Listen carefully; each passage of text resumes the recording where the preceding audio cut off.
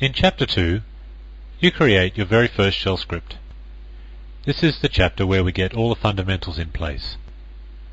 We learn how to create a simple script, save it, make it executable, test it, and run it.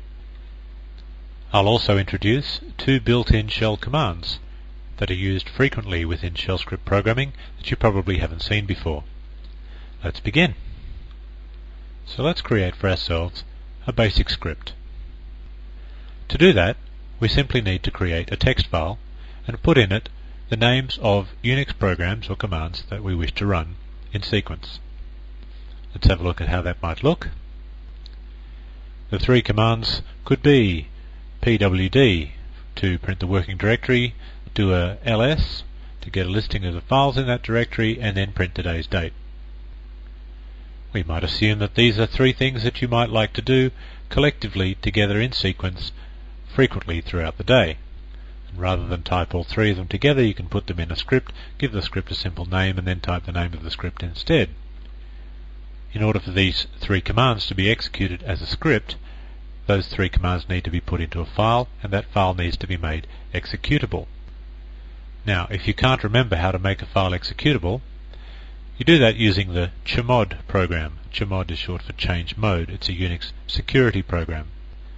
I'm not going to go into the details of chmod just here, but I will show you how to make any program executable. This is how you do it. Let's say your script was called MyScript.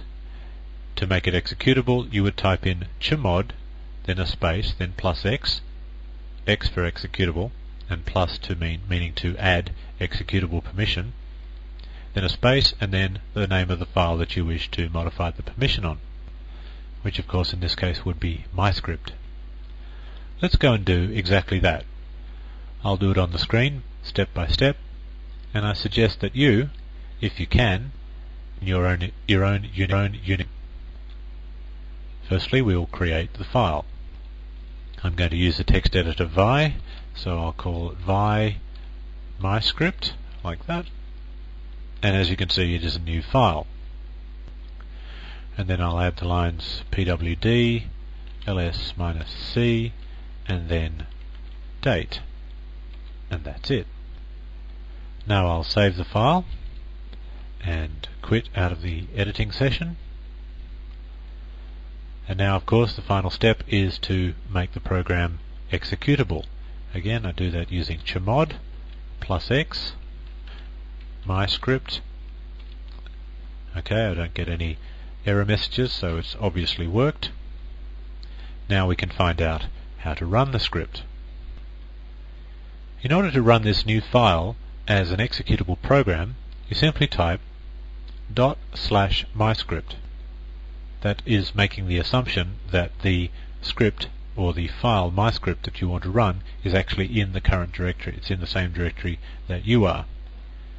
Let's break that down a bit. The dot means the current directory, and /MyScript means look for the file called MyScript in the current directory and execute it. Let's try that.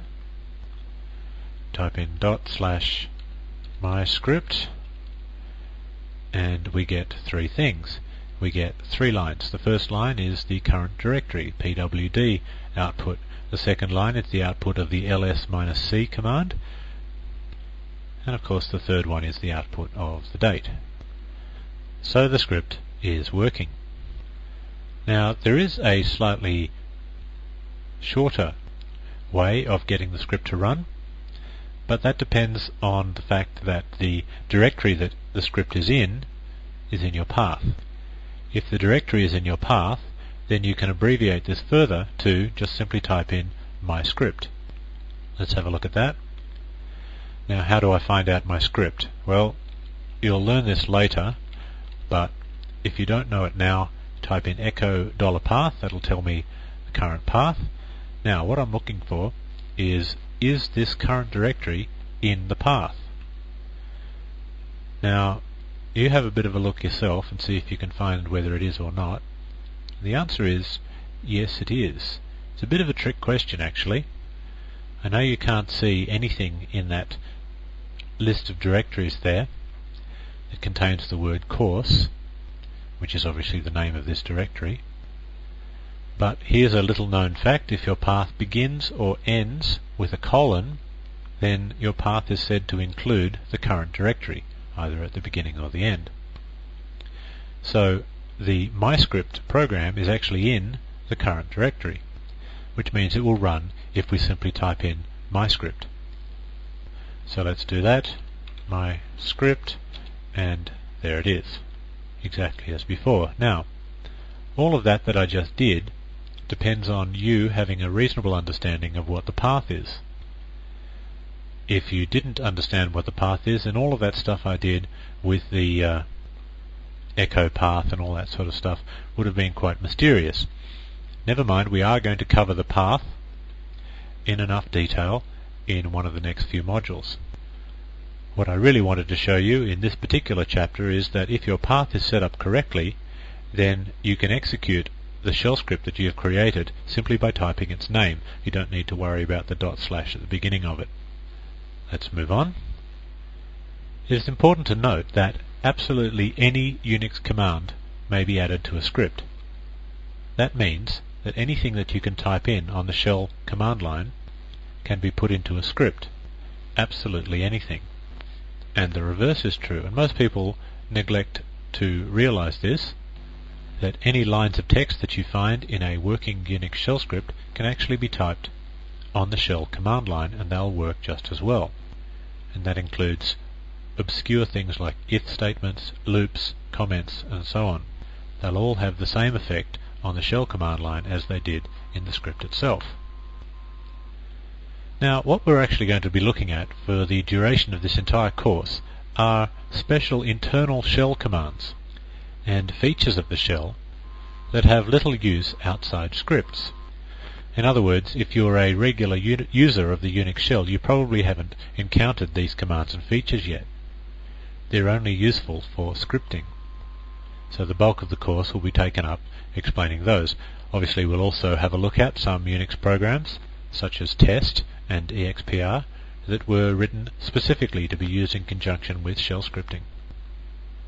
And we're going to begin immediately. The very next module details one of the internal shell commands that you probably would not encounter if you weren't learning about shell scripting. It's called echo, and it is the subject of the next module.